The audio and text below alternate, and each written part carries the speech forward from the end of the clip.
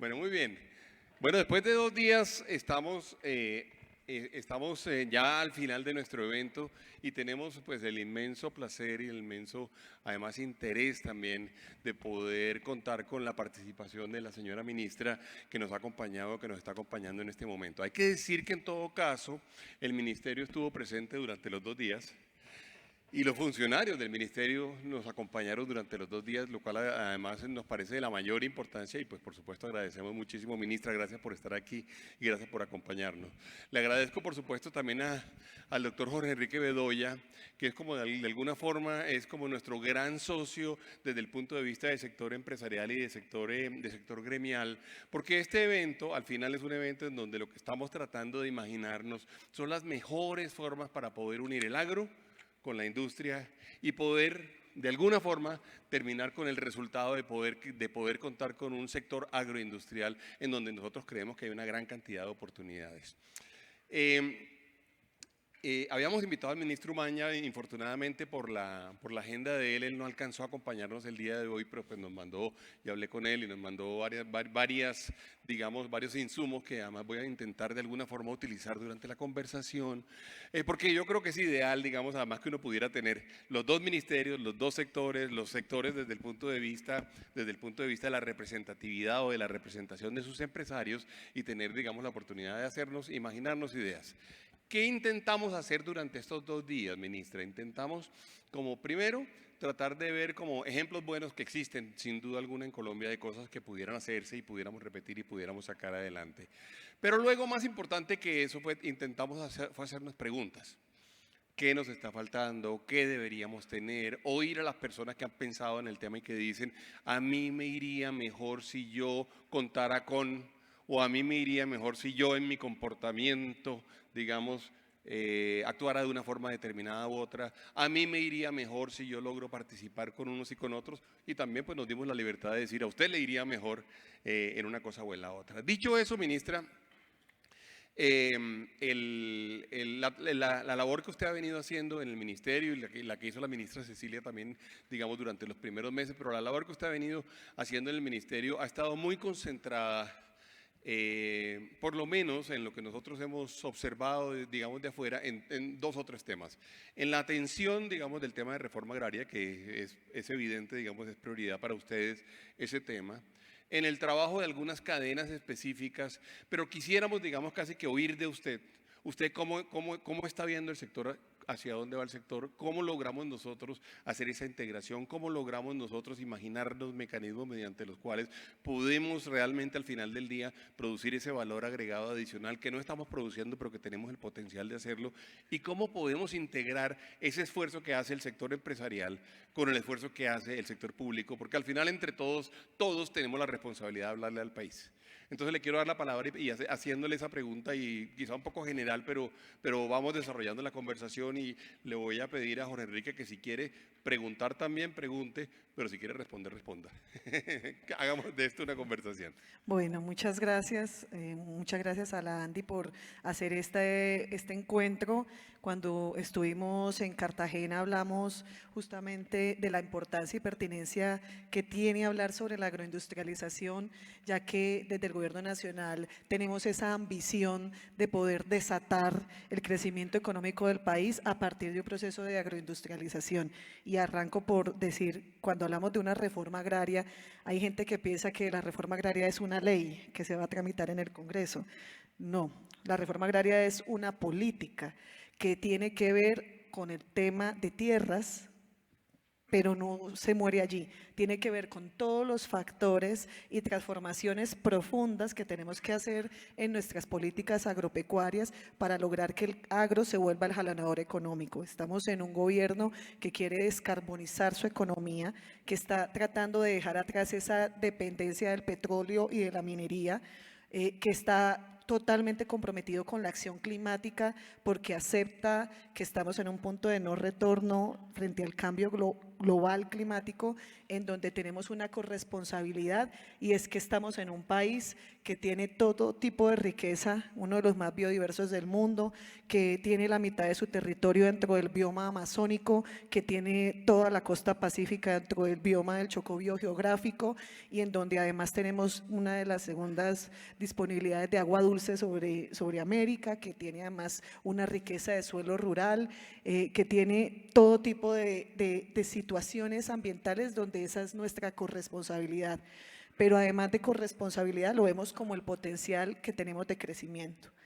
Si ya no va a ser Colombia dependiente del petróleo y de la minería, ahora ¿de qué va a depender el crecimiento económico? Pues va a depender del agro y de la industria. Eso es dos preguntas o dos retos en donde el cambio se nos devuelve a todos los que estamos aquí sentados, porque no puede ser que ahora vayamos a crecer haciendo lo mismo. Entonces yo creo que aquí hay que pensar, cuando hablamos de reforma agraria, de reformar eso, y en eso es que estamos, tomando decisiones de política pública que cambian todos los factores de la producción, no solamente en seguridad jurídica, informalización y acceso a tierras, también en acceso a crédito y finanzas, como estuvieron viendo en los distintos paneles y como seguramente la doctora Ángela Penagos explicó, nuestra apuesta de financiación y de riesgo y de distribución del riesgo de la agricultura con toda la confluencia de políticas sectoriales y de la asunción de riesgo que desde el Estado colombiano estamos asumiendo cada vez más para garantizar de mejor confianza y condiciones para la agricultura. Tiene que ver también con todos estos otros factores en donde está mucho peor la desigualdad. La desigualdad en el acceso a tierras es de la que más se habla, el Gini de concentración de tierras, ¿no? En donde casi el 60% de los productores agropecuarios tienen una extensión de tierras inferior a 3 hectáreas, mientras el 5.4% la tienen superior a 100 hectáreas. O sea, esa es de la que más se habla, pero si miramos otros factores, la concentración es mucho peor, o la desigualdad en el acceso a esto. Que 280.000 unidades productivas agropecuarias tengan alguna solución de agua o de riego, pues habla pésimamente de nuestra agricultura. O pensar cuál es el porcentaje de las unidades de producción agropecuarias que tienen acceso a ciencia, innovación, mecanizaciones, tecnologías, pues es mucho peor. Y realmente en todo esto hay que hacer reforma agraria, reforma que tiene 3 características. Y creo que esa es la invitación que hemos venido haciendo reiteradamente. La primera tiene que ser audaz, porque no podemos pensar que nuestro sector va a crecer si hacemos más de lo mismo. De hecho, nosotros, como en general la constante de América Latina, el crecimiento per cápita es bajo, pero en agricultura ha retrocedido en los últimos 18 o 20 años, ¿cierto? Nuestro aporte al PIB, tanto el agro como el agroindustrial, y como el industrial se ha venido recogiendo. Entonces, si queremos que cambie, pues hay que hacer algo que detone, que genere un electroshock a esto. Para nosotros, una de los electroshock es hacer que la tierra que está muerta se desarrolle. La tierra que está hoy sin hacer nada, sin cumplir ninguna función, que se desarrolle de alguna manera, estimularla. El que tenga la tierra, que la desarrolle. Le falta algo, miremos crédito, miremos otras opciones. No quiere porque ya perdió su vocación productiva, véndanosla. Ese es un electroshock. O el tema del crédito es otro. Entonces detonemos otra política de inyección y de reactivación. Pero en esto también queremos que la agroindustrialización sea otro electroshock. Y es que no podemos seguir haciendo la agricultura del siglo pasado. Tenemos que lograr generar una agregación de valor y que esa utilidad se quede aquí y se pueda repartir. O sea, pensar de manera audaz. Yo creo que todos los exministros de Agricultura han tenido que vivir situaciones como que siempre hay que salir al auxilio. Entonces, financiemos los fletes porque hubo un paro, financiemos el excedente porque hubo una sobrecosecha, llovió más y entonces hay una lechada, entonces hay que salir a auxiliar. Siempre pensando en apagar incendios, nunca una política de verdad de estímulos, incentivos, inversiones que detonen un crecimiento. Cuando vienen estas crisis, yo les digo, ¿por qué no pensamos otra cosa? Pensemos cómo hacer agroindustrialización, cómo ampliar las plantas de secado, molino, almacenamiento, cómo entonces creemos nuevamente una agencia, una empresa de comercialización, por qué no hacemos otras industrias de procesamiento de alimentos para pecuarios, etcétera. Entonces, audacia, y eso hace que pues tengamos que cada uno reflexionar, porque ese desarrollo y esa agroindustrialización no va a ser estatal ni nada de eso. Es privada, es particular, ¿cierto? La segunda característica es que tiene que ser inclusiva. Esa sí es algo propio de la genética de nuestro gobierno. Y es que nosotros no queremos que nadie se quede atrás, ni tampoco dejar a nadie por fuera. Ni queremos una agroindustrialización, ni una estatalización de este sector. No va a ser así. Pero sí tenemos una intención, y es que los que siempre han sido excluidos del ciclo económico hoy sean integrados, hoy sean protagonistas y compartan el reparto de utilidades y agregaciones de valor. Entonces el campesinado ya no visto como una mano de obra que solo trabaja, jornalea o presta su esfuerzo físico en una actividad, o el que alquila las tierras, o en un modelo tradicional de alianza, como se veía antes, sino que sea partícipe también, que sea capaz de hacer parte de este proceso de crecimiento. Esa es la reforma agraria que queremos, y hay que hacerlo intencional, o si no, uno no lo logra. Como pasa, por ejemplo, con la participación de las mujeres. Si uno en cualquier foro, evento o actividad intencionalmente no tiene la intención de hacer que las mujeres participen paritariamente, no se da. Esto mismo tiene que ser nuestra apuesta. Intencionalmente tienen que hacer parte los campesinos, los indígenas, los afros, las mujeres, los jóvenes rurales. A todos nos preocupa que el campo se envejece, ¿cierto? Pero no va a dejar de envejecerse si no logramos que los jóvenes entren al ciclo económico. Ellos ya no quieren ser trabajadores, mucho menos de un trabajo tan feo como es el esfuerzo físico tradicional del agro, pero sí quieren ser emprendedores, innovadores, manejar unas máquinas, capacitarse en qué sé yo. Entonces tiene que ser inclusivo, intencionalmente tiene que ser inclusivo, lo cual no quiere decir que los demás, los medianos, grandes o extra grandes, o la inversión extranjera no pueda ser parte. Tiene que ser parte dentro de ese proceso de apalancamiento y de crecimiento, en el que todo el mundo vaya a crecer. Y lo tercero, tiene que ser sostenible, y en eso tenemos una total coincidencia en lo que hemos venido hablando con Procultivos, con la Cámara de Alimentos. Tenemos una gran coincidencia en el tema de la sostenibilidad, y es que si no lo hacemos nosotros de manera proactiva, igual en cuestión de días, años, el mercado ya nos va a impedir vender. Y la sostenibilidad no solamente es ambiental, sino también es social, ¿cierto? Todas las otras esferas de sostenibilidad, y en eso pues hay que hacer ajustes y transformar nuestra producción.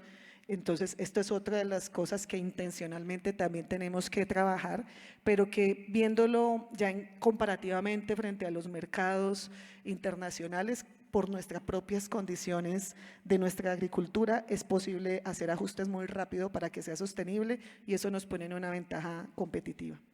Buenísimo, Jorge Enrique, tus preocupaciones, tus observaciones, y si quieres ahora yo vuelvo y le pregunto también a la ministra. Gracias, Bruce, y nuevamente qué rico estar acá con ustedes, y ministra, un saludo especial.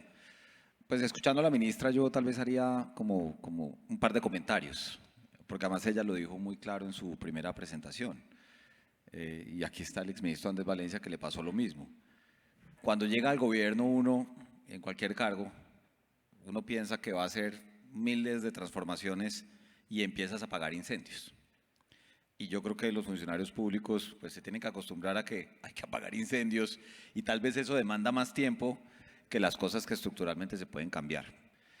Y la palabra que usa la ministra me gusta mucho, la del electroshock, porque evidentemente uno dice, bueno, y en el caso del campo, más allá de los incendios que siempre van a estar, porque el clima lo vamos a tener todos los años. Mejor dicho, cosas que no son de su cartera, los bloqueos, todo ese tipo de cosas, desafortunadamente están ahí, pero bueno, aquí no vamos a hablar de eso, sino de lo que uno pudiera llegar a hacer en trabajo conjunto con el Ministerio de Agricultura.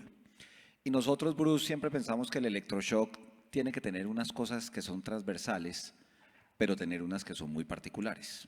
¿Por qué?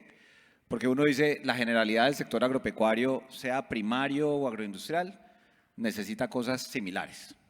que es lo que nosotros llamamos la dotación de bienes públicos. Y como se lo decíamos a la viceministra ayer, este gobierno tiene una gran ventaja, ministra, que tiene chequera. Es el gobierno que tal vez más plata tiene gracias a los impuestos que pagan los empresarios de este país y los asalariados para hacer gasto social, pero también para hacer inversión. Y eso genera empleo. Es un electroshock en las zonas rurales con la construcción de carreteras terciarias, distritos de riego, bueno, lo que uno quiera. Segundo, que también lo decía la viceaura, porque yo les hacía una pregunta cuando estuve moderando el panel. Oiga, ¿qué recogen del gobierno anterior? Porque la viceministra trabajó con gobiernos anteriores y el director de productividad del Ministerio de Comercio que estaba aquí sentado. Y hay cosas que siguen andando y que no deberían cambiar porque el gobierno se va y nos vamos a quedar nosotros, o bueno, los que estén en nuestros cargos, pero seguramente las personas que están acá sentadas que se dedican al sector tienen que estar. Entonces, un electroshock en ese sentido, y aquí hay dos personas del gobierno, está el director del ICA, Juan, y por ahí estaba Ángela, la presidenta de Finagro, y esos son de los mayores bienes públicos que tiene la ruralidad, sanidad animal y vegetal y el tema del crédito. Y ahí se están haciendo cosas nuevas. A propósito de lo que conversábamos tú y yo del tema de créditos, se están pensando en unas nuevas modalidades de créditos de mucho más largo plazo, o sea, realmente innovar a propósito de estos temas que se necesitan. Y ya empieza uno con los electroshocks sectoriales. Aquí está Catherine, que es la presidenta de Corpojas. Por acá bueno, han estado varios colegas de otros sectores y aquí hay muchos empresarios de diferentes sectores y es muy distinto lo que necesita el aguacatejas a lo que necesita la panela. Entonces ahí es donde debe haber un foco que ese electroshock en nuestro concepto debe trascender en el tiempo, obviamente si termina funcionando. Pero todo eso, Bruce, no se va a lograr si no tenemos un cambio de mentalidad. Y esto puede ser una frase un poquito arriesgada porque todos tenemos que hacer un cambio de mentalidad. Cuando uno ya se aterriza en la realidad del mercado, parte de lo que limita el acceso a los mercados de exportación, parte de lo que limita la posibilidad de hacer una oferta competitiva de alimentos, es que si no manejamos economías de escala e integración vertical, apaga y vámonos. Y yo creo que lo hemos hablado con Camilo miles de veces. Sea que son las cebollas que se venden en una plaza de mercado o las papas procesadas que también llegan a la industria de alimentos. Y ahí es donde las herramientas que tiene el gobierno y los que tenemos los sectores privados, la mejor inversión que podemos hacer es en educación. Porque si bien, y estamos de acuerdo con la ministra en el tema del acceso a la tierra sola no va a resolver el problema, y usted misma lo ha dicho. Se necesita créditos, se necesitan bienes públicos, pero también el cambio de mentalidad. Porque si vamos a exportar aguacatejas, eso a punta de 2 o 3 hectáreas no va a ser.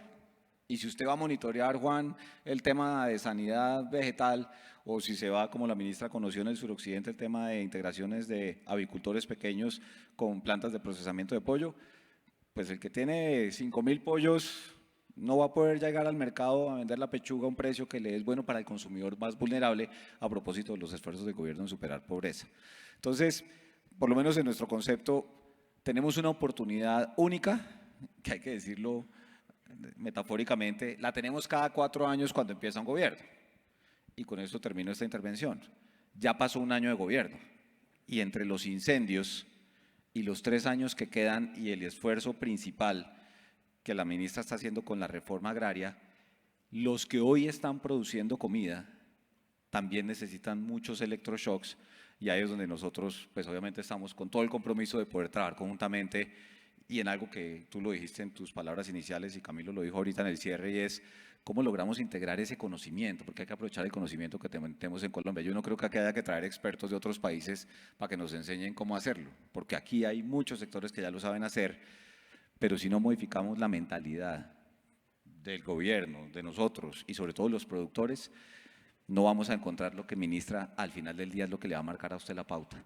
¿Es o no rentable el productor agropecuario? El Estado puede hacer lo que quiera, pero si aquí no hay plática en el bolsillo, Bruce, tú lo sabes mejor que nadie, pues no va a pasar nada. Y ahí es donde vienen esos electroshocks. Ministra, en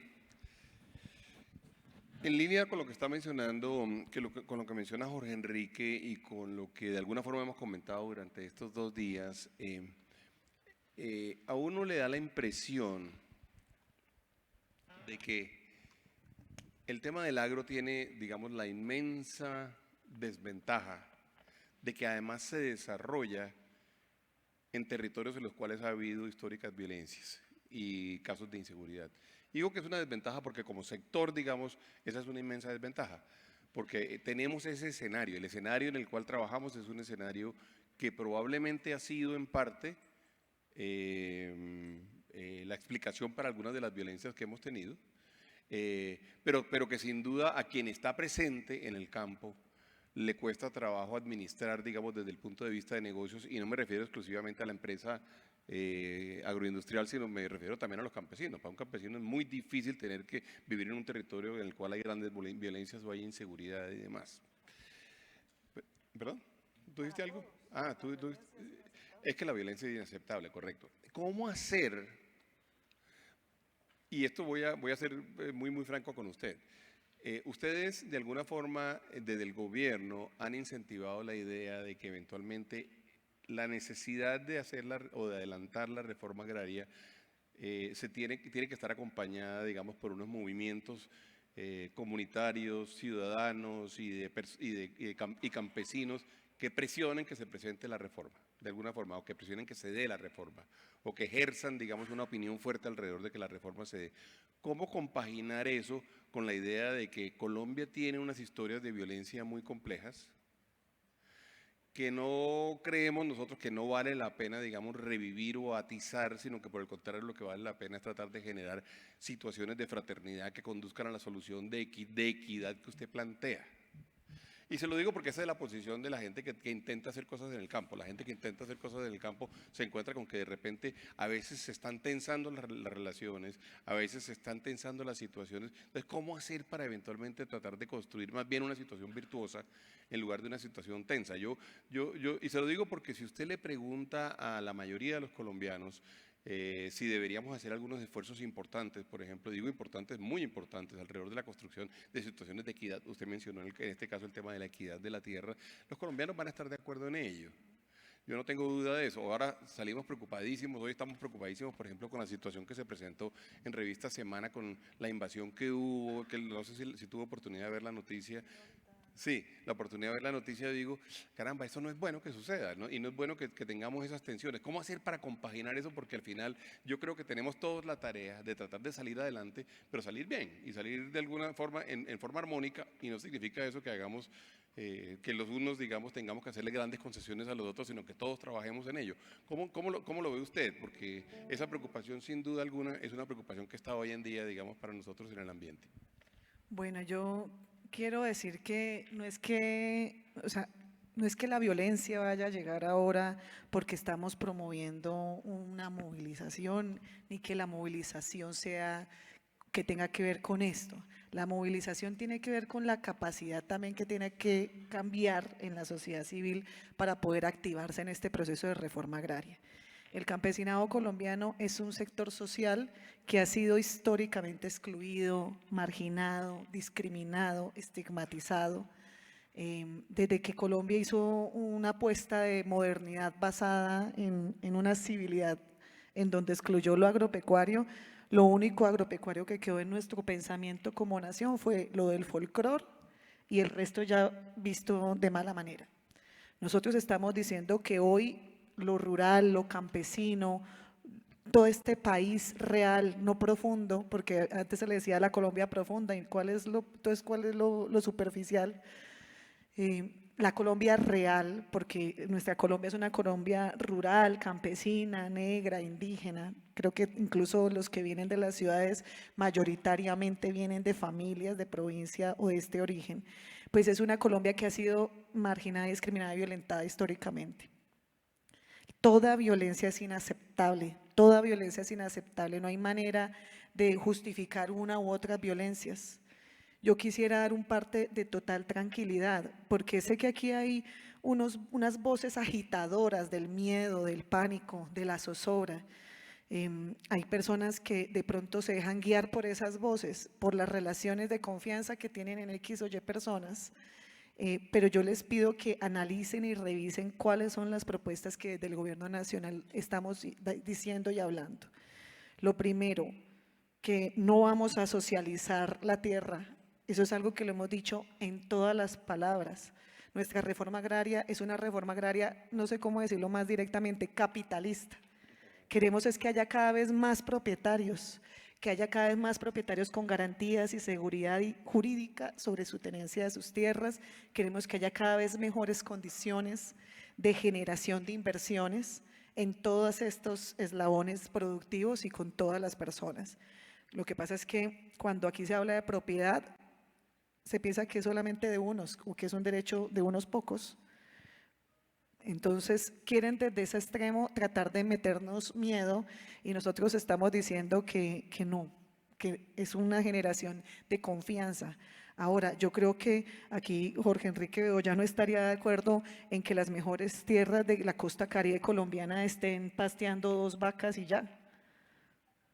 No creo que alguno de aquí esté de acuerdo, porque el que trabaja y desarrolla el agro o el que genera agroindustria sabe lo difícil que es desarrollar la tierra, trabajarla, que es un trabajo de sol a sol, de enorme riesgo, que en una mala jugada se puede perder todo, que cae una granizada hace 2 días y dañó todos los cultivos de fresa y hortalizas de cota, y que ahí se va el patrimonio de todas las personas, o que pasó algo en el mercado, se cayó el dólar o se subió y genera toda una crisis. El que trabaja, invierte, sabe lo que es. Entonces, creo que aquí hay unos mínimos fundamentales, el presidente lo ha dicho, nuestro acuerdo nacional tiene que ser, y es una invitación y lo hago aquí también al sector privado, si estamos o no estamos de acuerdo con que desarrollemos el agro colombiano, si estamos o no de acuerdo con que las tierras que son ociosas, y esto, de hecho yo se lo dije a la SAC, ¿por qué no la SAC si tiene miedo de que sea arbitraria la evaluación si las tierras son productivas o no? Pues que la SAC y los gremios definan los indicadores de productividad que hay que cumplir. ¿Tener media vaca por hectárea es productivo? Lo pregunto acá. ¿Tener media vaca por hectárea es productivo? ¿No hay que ser un gran genio para saber que no? ¿O sí? ¿Y en eso qué falta de objetividad hay? Pero hay vocecitas que entonces dicen que le van a quitar las tierras a los que hacen flores, que le van a quitar las tierras a la agroindustria. Yo he estado en consejos gremiales donde el presidente le ha dicho, no tenemos ningún problema con la agroindustria de grandes extensiones. Ahora, también hay que cambiar el chip. Todos tenemos que cambiar y de pronto es un momento también para revisar el lenguaje. Cuando hablo una cosa, de pronto se entiende otra. Cuando hablamos de agroindustria no hablamos de monocultivo de grandes extensiones, creo que eso sí es supremamente claro. Cuando hablamos de agroindustria es de agregación de valor y de encadenamientos, ¿no? Hasta el mercado, en donde queremos que sea integral, donde nadie se quede atrás y en donde sea con todos, ¿cierto? Cada uno ganando lo que le corresponde, obviamente, pero queremos que todo el mundo se enriquezca. Cuando hablamos de reforma agraria hoy, nosotros estamos diciendo que queremos comprar las tierras y ponerlas a producir. Hoy no hay un registro de cuáles son los campesinos o campesinas que quieren producir la tierra. Nosotros no queremos hacer las reformas agrarias fallidas de que se entregaba tierra porque sí a cualquiera.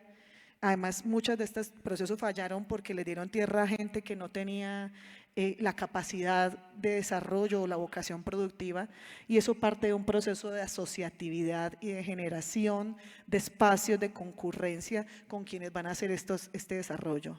Por eso hacemos esos procesos de asambleas, porque son la parte de participación que necesitamos que se desenvuelva. El Estado no puede suplir la organización social, ni invadirla, ni estatalizarla. El derecho de asociarse o no es un derecho libre, pero nosotros sí debemos proponer que se genere, y en eso la Agencia de Desarrollo Rural, y me imagino que Luis debió haber hablado de eso, porque nosotros no podemos hacer la apuesta de desarrollo productivo que soñamos individualmente. Y por eso está focalizada en los núcleos de reforma agraria en unas regiones que tienen un mayor potencial productivo. Sí. Estos núcleos se instalaron de atrás hacia adelante, digo yo.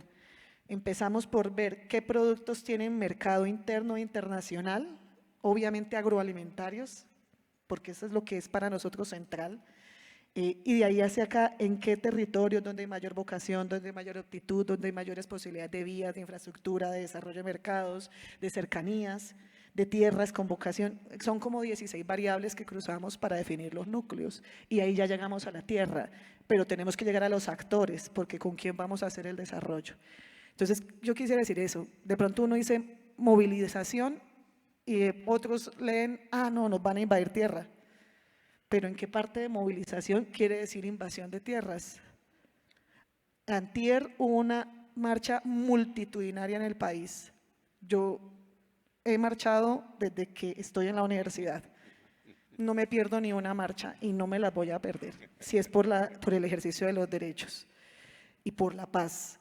Y no había visto nunca una marcha tan multitudinaria, ni tan feliz y optimista, ni tan pacífica. Creo que fue un espaldarazo muy importante y no es una presión a quién iban a presionar o a quién se sintió presionado o regañado o mal. Es una marcha que genera una oportunidad de un nuevo proyecto de nación en el que todos entramos. Entonces, quisiera dar ese parte de tranquilidad. Yo he escuchado cosas ahora que se señalan a las agencias estatales de que ahora son caprichosas o arbitrarias. No, es que si lo resuelve la Agencia Nacional de Tierras va a ser una arbitrariedad, por favor. Esto no es un Estado autoritario, esto es un Estado de Derecho, no hemos cambiado una sola norma en este sentido. Me dice Bedoya, es que ahora la Agencia de Tierras va a fallar los casos agrarios. Yo he hecho una apuesta aquí, jamás en este Estado, desde la República, jamás en este Estado los asuntos agrarios han sido resueltos por jueces, jamás. Las políticas agrarias siempre han sido administradas por el Ejecutivo, siempre. Y las políticas agropecuarias y agrarias del mundo, siempre el gobierno, en la rama ejecutiva, es las que las administra. ¿Qué tal que dependiera de esto los jueces? Miren, yo sé que el que pide que esto se vaya a un camino judicial, el subtexto es que se vaya al cajón del olvido. Eso puede ser fácil si no es uno el que tiene líos de tierras. Pero el que tiene líos de tierra sabe que lo que se va a un estado judicial demora 20, 30 años sin resolver. ¿Quién invierte en un agro con un proceso de 20 o 30 años de un lío judicial? Hoy están ustedes haciendo un llamado de atención sobre una finca en Turbo. A mí me dieron el reporte, es un pleito de privados de hace 10 o 15 o 20 años que no han resuelto. Entonces, hoy cuando a mí me dicen que mande todo a lo judicial, lo que me están diciendo es que este proyecto de reactivar el agrocolombiano no lo vamos a hacer, y yo les digo que sí lo vamos a hacer, que discutamos cómo, discutamos las formas, pero tenemos que lograr mostrar que sí podemos hacer que crezca el agro en Colombia. No me voy a referir a todo lo que usted dijo, voy a decir especialmente no a lo del final, pero ¿hay un radio por allá prendido? Sí.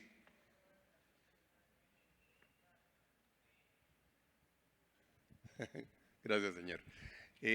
No me voy a referir a eso, pero voy a decir que varias de las cosas que usted ha dicho me gusta oírlas. O sea, es bueno oírlo, es bueno oír de su boca varias de las cosas que ha dicho. Una de ellas, y yo creo que vale la pena, digamos, de pronto dejarla en el ambiente, y es, de repente también podemos mirar un poco más el lenguaje, dijo usted, y podemos mirar un poco más las palabras que se utilizan. Y lo digo porque es que en Colombia, por lo menos las personas de mi edad, que es más que la de ustedes, pero ustedes tampoco son adolescentes, las personas de mi edad, nos acordamos de una cantidad de violencias y nos acordamos de situaciones muy complejas que hemos vivido y que se han despertado, y usted sabe, al final la violencia se despierta con una chispa muy pequeña que fue mal puesta en un lugar inadecuado. Y lo digo porque hay ciertas cosas que se pueden hacer. Yo también he marchado. Yo también he salido a marchar, yo creo en la protesta, verdaderamente, profundamente creo en la protesta, pero una cosa es la protesta, otra cosa es pedir cosas y otra cosa es eventualmente que la gente lo puede identificar mal, otra cosa es que eso derive, digamos, en hechos violentos, y sabemos que puede derivar en hechos violentos. Entonces, por eso yo digo, hay ciertas cosas que hay que hacer con cautela, y nosotros pedimos cautela, ¿no? Hay ciertas cosas que hay que hacer con mucha prudencia y pedimos prudencia. Y quería como hacer una referencia a eso. Le quería preguntar a Jorge Enrique qué le gustaría a él ver. Bueno, y te voy a hablar de lo de semana porque no quiero que quede aquí que es que estoy evitando la discusión. ¿Perdona? Lo de semana, que me preguntaste. Sí, perdón. Porque no quiero evitar la discusión, no quiero justificar nada, pero llevamos al menos toda esta semana, escuchando todo tipo de improperios, de desprecios, de palabras denigrantes, ofensivas, ultrajantes en contra de los pueblos indígenas. Aquí, o sea, realmente esto lo que muestra es la total falta de educación y cultura de esta sociedad. Y necesitamos aprender que somos un Estado nacional diverso, que el derecho al trato digno es de todas las personas, que somos un país culturalmente y étnicamente diverso. No sé si las personas en Colombia sepan que hay más de 115 pueblos indígenas distintos que hablan casi 80 dialectos diferentes, en donde hay poblaciones que están en riesgo de desaparecer, que están protegidos por la UNESCO porque son patrimonio cultural importantísimo y que pues tienen derecho a recibir un trato igual de respetuoso. Ninguna violencia es injustificada y usted lo ha dicho. De pronto no todo el mundo tiene la capacidad que yo tuve, por ejemplo, de resistir todo tipo de conductas agresivas ante un medio de comunicación al aire. Nos falta también inteligencia, nos falta también un proceso de construcción de nación y creo que ahí es donde vale la pena pensarnos en cuál es la nación que queremos, ¿no?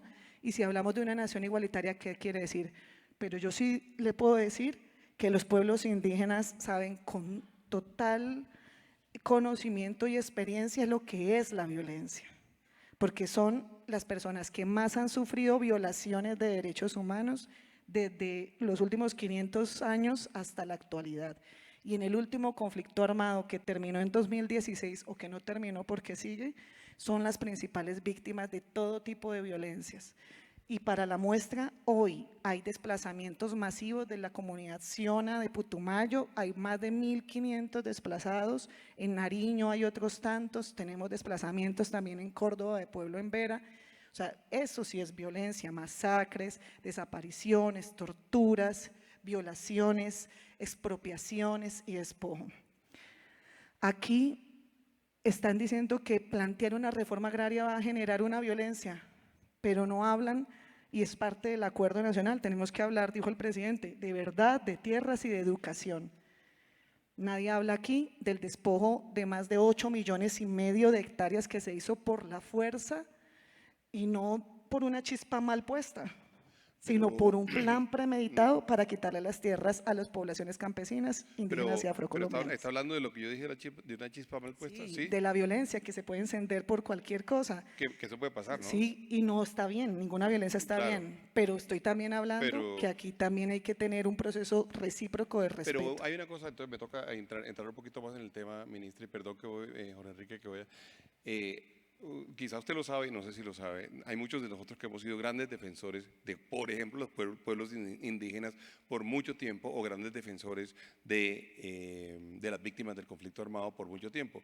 No sé si usted sabe, yo tuve la oportunidad de ser el primer presidente del Sistema Nacional de Víctimas y tuve la oportunidad de sacar la ley de víctimas y tuve la oportunidad de montar la unidad de víctimas. Es decir, esa conversación así como me la está planteando, creo que no es justa por lo menos con lo que nosotros históricamente hemos hecho, se lo diría primero, pero luego le diría, todos hemos estado preocupados por eso. Lo que pasa es que cuando se presenta un hecho como el que se presentó hoy contra un medio de comunicación, yo sí siento que todos tenemos la responsabilidad de decir, eso no puede pasar.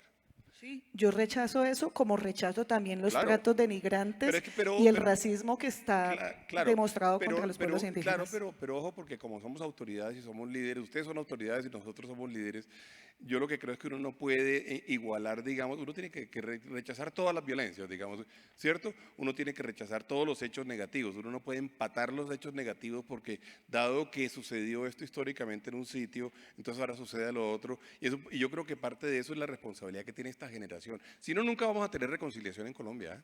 Que es como yo creo que el verdadero reto que tenemos es el reto de la reconciliación. Sí, lo que yo digo es que hay que hacerle caja de resonancia en aras de la verdad a todo lo que ocurre. Sí, así es. Ninguna violencia es aceptada. Así es. Y esas vías de hecho no se deben permitir, pero también tenemos que hacer una reflexión profunda sobre el racismo y sobre el respeto que requieren los pueblos indígenas. Sí, estamos de acuerdo, en eso estamos de acuerdo, sí, estamos de acuerdo. Jorge Enrique, yo te iba a dar la palabra y te iba a preguntar además, ¿qué tendrías para decirle a la ministra o qué tendrías para decirle incluso a la industria? En términos del desarrollo agroindustrial que no, pues mira, pues muchas cosas, porque y parte de la responsabilidad quienes estamos en estos cargos, obviamente quienes son ministros de Estado tienen una enorme responsabilidad, inclusive legal, frente a lo que dicen y a lo que hacen, pero nosotros en los gremios no somos inferiores, porque somos interlocutores también válidos. Y yo creo que esta conversación y de lo que dice la señora ministra se puede dividir en varias cosas. Lo primero es que lo bueno de la discusión con ella es que siempre ha sido, y nosotros nos conocemos desde hace Fuimos muchos compañeros años. de gobierno. Fuimos compañeros de gobierno, exactamente, contigo también, estamos en la misma época, sí, todos. Y Porque si yo soy de algún lado, sería santista en las etiquetas que todo el mundo pone a toda la gente. yo no. No, no hablemos de istas, por favor, Sí, de sí, ningún sí, sí, estilo. Yo tengo que decir que voté por Santos 2 para salvar la paz. Y sobre eso va a hacer un comentario ahora. Entonces, en ese sentido, lo bueno de conversar con la ministra Jennifer es que uno puede hablar con tranquilidad sobre los temas donde tenemos diferencias. Y el ejemplo que ella da sobre el tema de los jueces es un tema donde tenemos una diferencia jurídica enorme. A propósito del artículo 61 del Plan de Desarrollo y los decretos que están en consulta y para los cuales vamos a tener una reunión con su equipo el próximo 4 de octubre. ¿Por qué? Y es una visión donde seguramente no será el escenario, pero lo quiero dejar sobre la mesa porque ella ya conoce los argumentos. Claro, seguramente nunca un juez de la República en los últimos 20 años hizo un proceso agrario. Pero el artículo 61 del Plan Nacional de Desarrollo y lo que viene en los decretos, ¿qué es? Que evidentemente la Agencia Nacional de Tierras va a investigar y va a decidir. Aquí nadie está dudando de quiénes están hoy en la Agencia Nacional de Tierras. Simplemente que aquí lo que está pasando es, oiga, el decreto ley del proceso de paz, 902 del 2017, decía que los procesos agrarios, y se le metió ahí, fue donde se metió después de lo del Consejo de Estado, usted lo sabía, ministra, a los procesos agrarios, donde está la extinción de dominio, todos los temas de clarificación de baldíos y demás, la fase judicial. El gobierno seguramente con la buena intención de hacer los procesos más ágiles, porque en eso coincidimos, que los jueces se demoran Sí, mucho. porque hasta el 2017, desde toda la República, esa función es y ha sido del Ejecutivo. De acuerdo, no por eso. Del 2017, para hacerlo más rápido, dijeron que se iba a los jueces, el de extinción nunca se fue a jueces, se fueron los otros procesos y adivina cuántos casos de 2017 a hoy Lo van. dijiste en la Junta, cero o algo Cero, así, ¿no? ni un Exacto. caso. Claro. Entonces vamos a mantener en la inseguridad jurídica, tanto que nos gusta a todos la seguridad jurídica y en la incertidumbre, todos los líos de tierras. Eso es como la del avestruz. Si quieren hacemos un hueco en la tierra y meto la cabeza y me hago de cuenta que no pero pasa ministra, nada. y fíjese que ahí es donde vienen las conversaciones que se aclararán en mesas de trabajo y si no, pues pasó, que eso es algo muy propio de nuestra democracia. Para eso está la Corte Constitucional y estará el Consejo de Estado. Uno no va a pelear con el gobierno porque demanda un artículo ante la Corte Constitucional o un decreto en el Consejo de Estado, porque esas son las vías democráticas. A mí cuando los periodistas me preguntan, oiga, ¿ustedes por qué no marchan? Nosotros no, porque es que nuestras marchas es la opinión pública. Ahí es donde tenemos formas diferentes de manifestarnos. Pero volviendo a ese punto que dice la ministra Bruce, y frente a esa discusión jurídica tan de fondo, tenemos una diferencia grande. A nosotros nos parece que eso, desde el punto de vista jurídico, va en contravía incluso de la misma Constitución y será en la discusión que tengamos con el gobierno o los jueces de la República los que decían eso. Dos, si quiere hacer más ágiles los procesos, respetando lo que el proceso de paz le dio a los procesos agrarios, pues acaban de radicar dos proyectos de ley de la jurisdicción agraria donde se va a fortalecer el sistema de jueces agrarios, que eso es maravilloso y también viene el proceso de paz. Entonces, ahí uno encuentra un camino donde dice, cada quien tiene su visión y por eso vuelvo a lo que dije al principio de esta conversación. Cuando uno es gobierno, toma decisiones y deja su pincelada. ¿Nosotros qué hacemos? ¿Nos parece bien? ¿No nos parece bien? ¿Puede generar problemas? Y tratemos de lograr acuerdos. Y la ministra lo ha repetido en varias oportunidades. El mismo presidente de la República ha hablado de los consensos y el acuerdo nacional. Pero esto ya toca pasar de la conversa o de la juntata, ¿cómo es que dicen? Estás hablando como… Claro, es que como hemos hablado Giovanni tantas Yulo. veces, sí, ya toca llegar a cuáles son los hechos Se concretos. está volviendo una asada. ¿Cuándo estamos? Prefiero el catatumbo. ¿Qué vamos a hacer cuando ya lleguemos a la discusión de cómo podemos entender esto? Porque esto sí va a ser fundamental. Y claro, ministra, uno no puede desconocer, no lo está haciendo usted, que para el sector productivo, pues claramente esto genera inquietudes y el hecho de que, olvidémonos de que está Gerardo en la agencia, la Agencia Nacional de Tierras, en otro gobierno. Si eso termina siendo así, pues puede haber una inseguridad jurídica y eso es legítimo decirlo. Y mire lo que me pasó. Me invitaron a un evento en el que usted no pudo ir, en la Universidad Externado de Colombia, las jornadas agrarias sobre la justicia agraria y demás.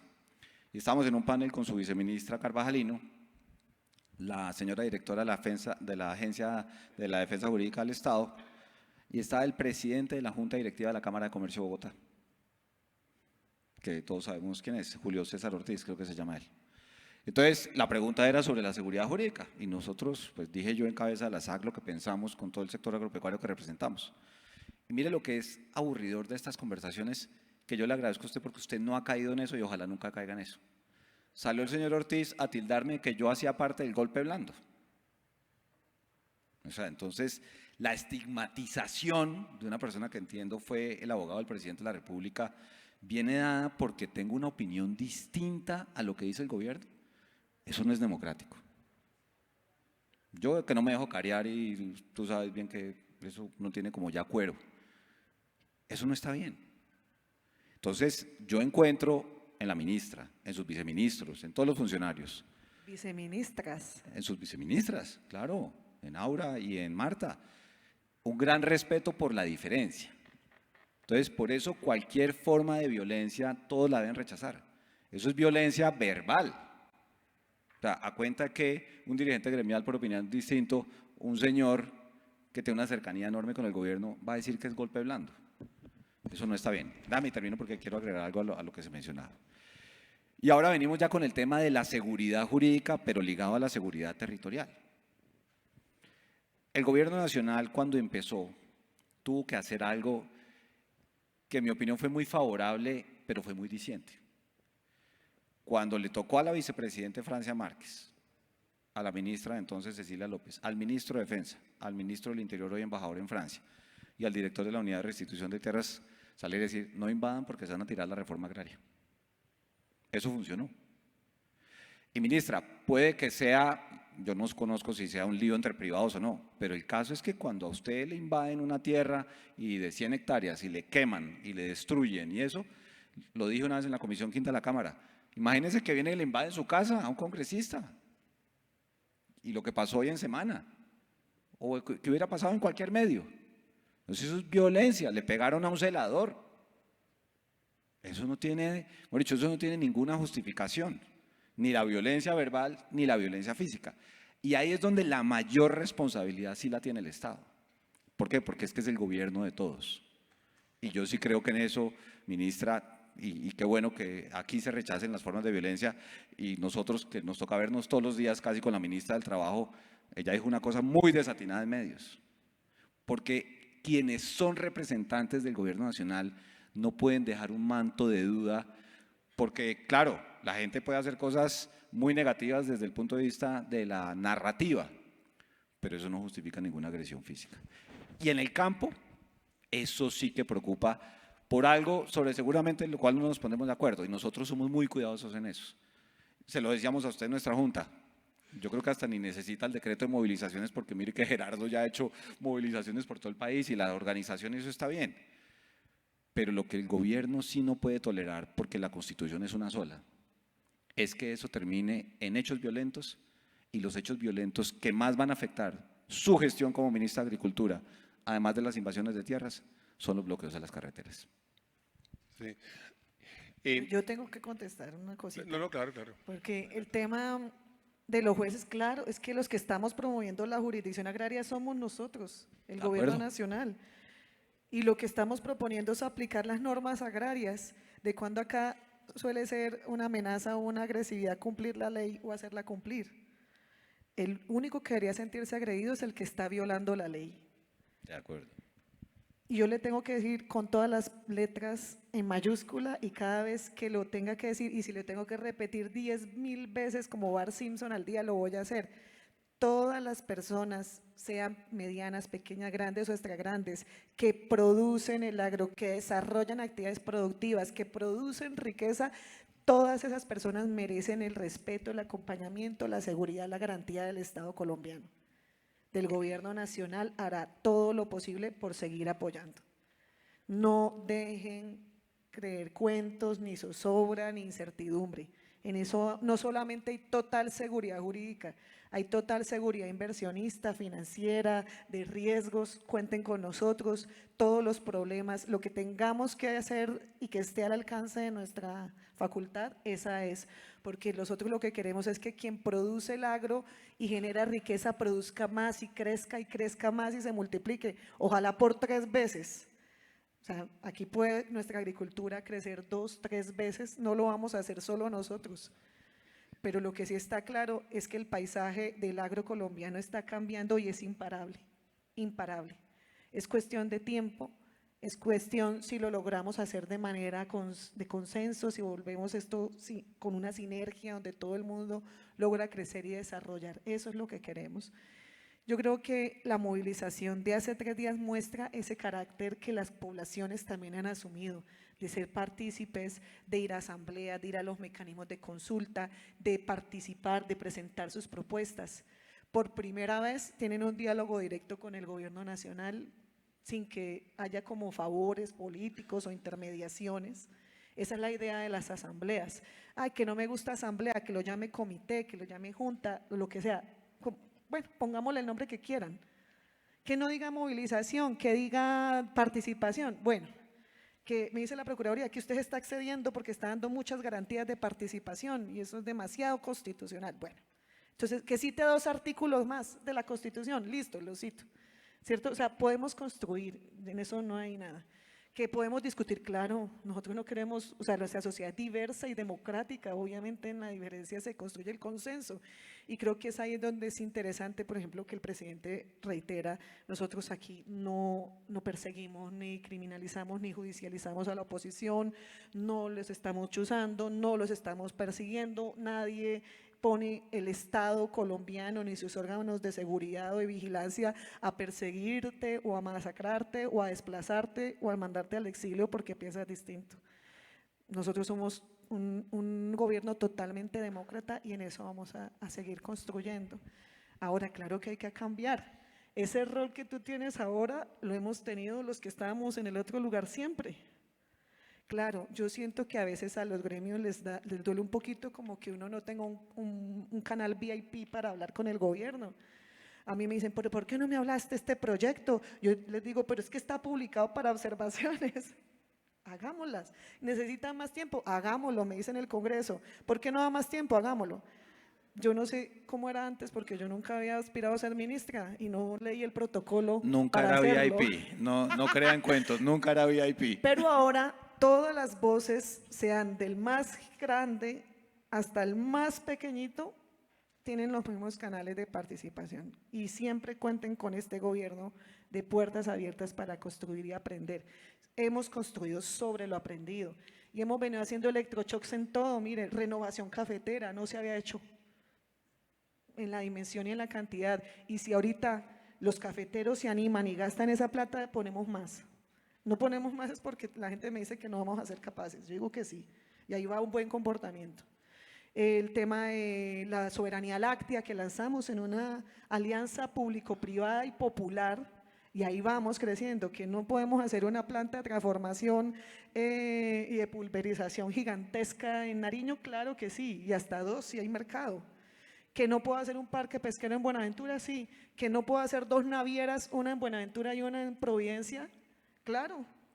Entonces creo que ahí vamos construyendo y de mi lado, de nuestro lado siempre una gran receptividad. Los comentarios nuestros, ministra, y ya como para ir redondeando, digamos, porque ya inclusive creo que hay varios que se han ido por vuelos y demás. Los comentarios nuestros van mucho más, no a quejarnos ni a plantear diferencias que tengamos ideológicas, que las planteamos todo el tiempo y las escribimos y ustedes las saben y las conocen. No, los comentarios nuestros van solamente o tienen la intención de eventualmente hacerles caer en cuenta a ustedes cosas que eventualmente pueden producir, por ejemplo, zozobra, inquietud, intranquilidad, que yo creo que al final ustedes quieren saberlo, ustedes deben saberlo. Quieren saberlo y deben saberlo. Entonces, cuando Jorge Enrique menciona, digamos, que eventualmente pudiera haber arbitrariedades, bueno, entonces yo diría, la tarea entonces, bueno, ¿cómo hacemos para que no haya arbitrariedades? Y Están los controles. Y para eso serán los jueces. No, claro, claro, pero nosotros que hemos estado en el Estado y nosotros que además representamos a grupos grandes de empresarios, porque es que nosotros no somos VIP ni mucho menos, sino nosotros lo que somos es representantes de un montón de gente, ¿sí? A nosotros lo que nos importa es poder asegurarle a todo el mundo que no va a haber esa arbitrariedad. Listo. Entonces, no, es que la forma de que no haya arbitrariedad es la siguiente: la miramos, la trabajamos, estoy seguro que ustedes tienen la voluntad de hacerlo, estoy seguro que ustedes tienen la voluntad de darle la tranquilidad a todo el mundo, y yo creo que es la forma de trabajar. Yo soy un convencido de que 50 millones de personas son 50 millones de opiniones, son 50 millones de intereses distintos, voluntades, 50 millones de sueños. Y son 50, no son 11, no son 12, no son 11 millones, no, son 50. Entonces, con eso dicho, digamos, nosotros sí nos sentimos como con la responsabilidad de poder decir, hay cosas en las cuales hay personas que se sienten eventualmente inquietas. Y ante eso, se nos pasó el tiempo y no hablamos tanto de agroindustria en esto, pero creo que lo que usted dijo fue suficientemente importante. Pero hablamos de confianza. Que es muy importante, y eso es, para allá eso es lo que le iba a decir, pero resultó la conversación más importante, en mi opinión, para el país, no para nosotros tres, sino para el país, en términos de eso, en términos de poder imaginarnos cómo en una comunidad como la nuestra, en una sociedad como la nuestra, uno puede tener, digamos, eventualmente mecanismos y personas que son capaces de ofrecerle confianza a todos para decir cómo se va a trabajar. A mí me gustó mucho que usted tocara muchos de los temas que tocó, porque sin duda son de los temas fundamentales, le voy a decir, no del agro solamente, habló temas fundamentales en realidad de todo el país. O importantes para todo el país. Y evidentemente no vamos a lograr una agroindustrialización ni nada si no somos capaces nosotros como comunidad de poder trabajar. Yo no sé si ustedes quieren rematar. Es que ya de la agroindustrialización estamos totalmente de acuerdo. Sí. Con las 3 o 4 cámaras ya estamos totalmente de acuerdo, porque aquí está lo textil, lo alimenticio, lo de bioinsumos. O sea, pero vea, son 5 o 6 cámaras, pero además están todos los afiliados de Jorge Enrique, que son 28, son 21. Que son 21. es que con SAC estamos de acuerdo en todo, salvo cuando le creen más el cuento a José Félix. No, José Félix no está en la SAC, acuérdese. Pero le escuchan ahí, se dejan llenar de Nosotros le zozobra. escuchamos a todo el mundo, ministra. Yo voy concreto y con acciones. A mí que me muestren una sola acción que hayamos hecho en contra de lo que hemos conversado, y es ese sueño en el que sé que podemos construirlo todos. Y de hecho con el ministro Maña hemos hablado que allí Claro. está un borrador de un acuerdo para la agroindustrialización Claro. y la reindustrialización del Que es país, con lo- que sería buenísimo poder hacerlo público y decir, esta es nuestra hoja de ruta. Por ejemplo, nuestros pilares del COMPES de agroindustrialización, que son fundamentales. O sea, nosotros no estamos en esto jugando, es en serio. Queremos construir, y quién más que ustedes, quienes tienen la experiencia y un recorrido para poder hacer que esto crezca. Quiero darle la palabra para terminar también a Jorge Enrique y luego la ministra otra vez. Pues. No, Bruce, muchísimas gracias por la invitación y qué buena conversación. Y yo los invito, aprovecho a hacer la cuña. El 15 y 16 de noviembre tenemos el Congreso de la SAC en Bogotá. También va a estar la ministra, el ministro de Comercio, está invitado el presidente de la República. Va a ser una cosa bien interesante. Además, ¿por qué? Porque van a estar todos nuestros afiliados contándole al país qué es lo que le ofrecen al gobierno en conocimiento para sacar adelante la reforma agraria. Y déjame terminar con esto, Bruce, y es que para nosotros, como se lo hemos dicho mucho a la ministra de Trabajo, que de hecho es una frase de ella, construir sobre la diferencia. Y usted se acuerda en la reunión con el Consejo Gremial con el presidente Petro, que el presidente hablaba de la sinceridad. Nosotros siempre hablamos con sinceridad y con argumentos, porque nosotros no somos sino simplemente estructuradores de lo que creemos que le puede servir al campo. Y tal vez la invitación, ministra, en esos diálogos permanentes es, siempre pensémonos en el 8 de agosto del 2026, porque el día que se acaba el gobierno, ahí viene el corte de cuentas de qué se pudo hacer que transformó la vida de 12 millones de habitantes que tienen la ruralidad, del acceso en materia de seguridad alimentaria, de la dinámica de las exportaciones, de la sanidad animal y vegetal del país, de la inclusión, del tema de género. Y yo creo que eso debe ser lo que nos guía, porque al final, y esto va a sonar súper odioso, pero tengo que decirlo, los gobiernos se van y nos quedamos o se quedan a quienes representamos. Y uno quiere por naturaleza, que eso a veces suena frase de cajón, pero es verdad, que al gobierno que llegue le vaya bien. Entonces, como dicen, póngase siempre la mano en el considere a la hora de escuchar y de trabajar. Ustedes marcan su línea política, pero déjense en lo que consideren asesorar o conversar de la gente que lleva 30, 40 años haciendo patria. Ministra, no sé si usted quiere unas palabras de cierre No, yo realmente quisiera poder construir entre todos. En esto no tiene sentido si no logramos que la agricultura crezca, pero yo creo que sí. O sea, no es una cuestión mágica, ni azarosa, ni milagrosa que crezca. Esto requiere un trabajo muy fuerte Sí. y colaborativo, y seguramente no vamos a ser nosotros los que vamos a recoger los frutos de esta siembra que queremos, pero indiscutiblemente tenemos que cambiar.